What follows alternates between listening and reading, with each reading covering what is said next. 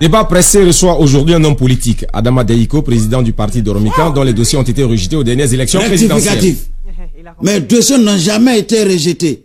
Seulement, mes dossiers n'ont pas été retrouvés. Rejetés et retrouvés sont deux adjectifs, deux verbes du même groupe, mais n'ont pas la même signification. J'avais déposé mes 20 millions en jetons. Ils ont compté. Arrivé sur 8 millions, ils étaient tous épuisés. Voilà comment j'ai été politiquement disqualifié. Vous n'avez pas les clubs de soutien? Parti Sankana. Faut dire plutôt le club de suiveurs. Quand tu n'es pas au pouvoir, ils changent de camp. Il paraît que vous entretenez de nombreuses maîtresses. Ouais, ça c'est vrai. Je paye les courants, les loyers. Je paye aussi la nourriture. Il y a le sida. Il y a la prostitution. Alors, normalement, quand c'est comme ça, c'est l'État qui doit me venir en aide parce que je permets à des femmes de connaître le bonheur d'un foyer. Mais vous avez une moralité douteuse. C'est ça. Vous, toi là, il y a longtemps que je te guette. Je vais te casser la gueule, je vais te mordre. Est-ce que tu es vacciné politiquement? Pourquoi vous faites la politique? Tu dis quoi? Pourquoi vous faites la politique? C'est pour manger. Parce que pour nous, la politique, c'est un métier. C'est une petite et moyenne entreprise à responsabilité limitée et illimitée. Vous ne faites pas la politique pour faire plaisir à quelqu'un. C'est un investissement.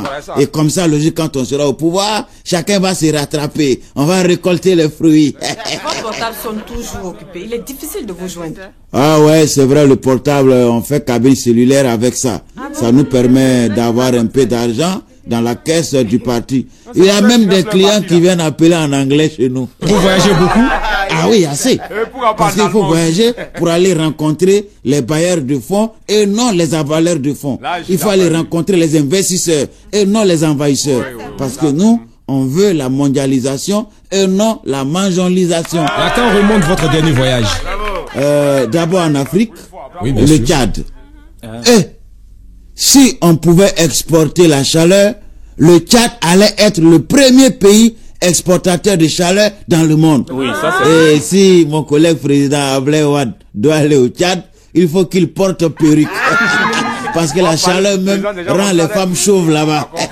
Et ensuite, en Europe? En Europe, j'ai fait une semaine en France et 2 semaines à Paris.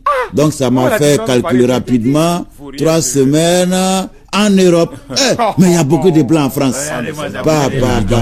Mais c'est à Paris qu'il y a beaucoup d'Africains, parce qu'il faut reconnaître que Paris, c'est l'Afrique. La différence entre l'Afrique et l'Europe, c'est qu'en Europe, les gens n'ont pas le temps. Ils ont le moment. Mais en Afrique, on a le temps, mais on n'a pas le moment.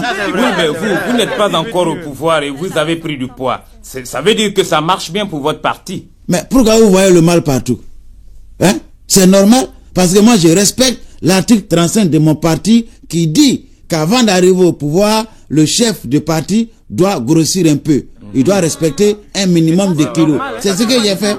Mais il y en a qui sont au pouvoir et qui ne sont pas forcément gros. Ah, mais attention, mais il brille. Faut dire ça. Il brille. On sait de qui il parle. Ah, si un président mange assis à table, son peuple aura faim. Quel genre de rapport entretenez-vous avec les autres chefs de parti?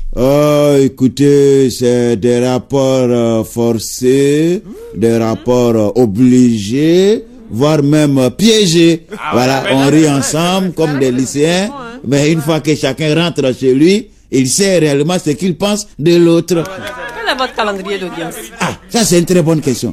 Ah oui, parce que moi je reçois les hommes le matin, les jeunes l'après-midi, et puis les jolies demoiselles, c'est-à-dire comme toi par exemple, c'est de 22h à 5h du matin. Ah ouais, parce que ce qui est bien, pour ne pas qu'on dise que moi le président j'ai une moralité douteuse, qu'est-ce que je fais?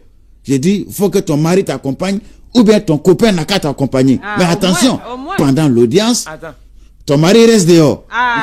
Voilà, ton mari reste dehors. Là maintenant, on gère les affaires du parti. Ah bon, vous êtes en science de travail, quoi. Mais dites-moi, une fois au pouvoir, allez-vous gérer comme certains présidents qu'on connaît déjà? Je ne sais pas comment certains présidents gèrent, mais moi, quand je serai au pouvoir, je vais travailler avant de bouffer.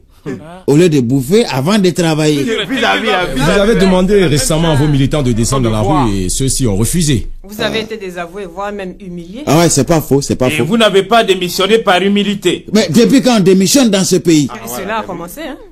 Mais est-ce que ça va continuer? Répondez vous-même. Bon, un matin, je me suis réveillé, je n'étais pas content de ma femme.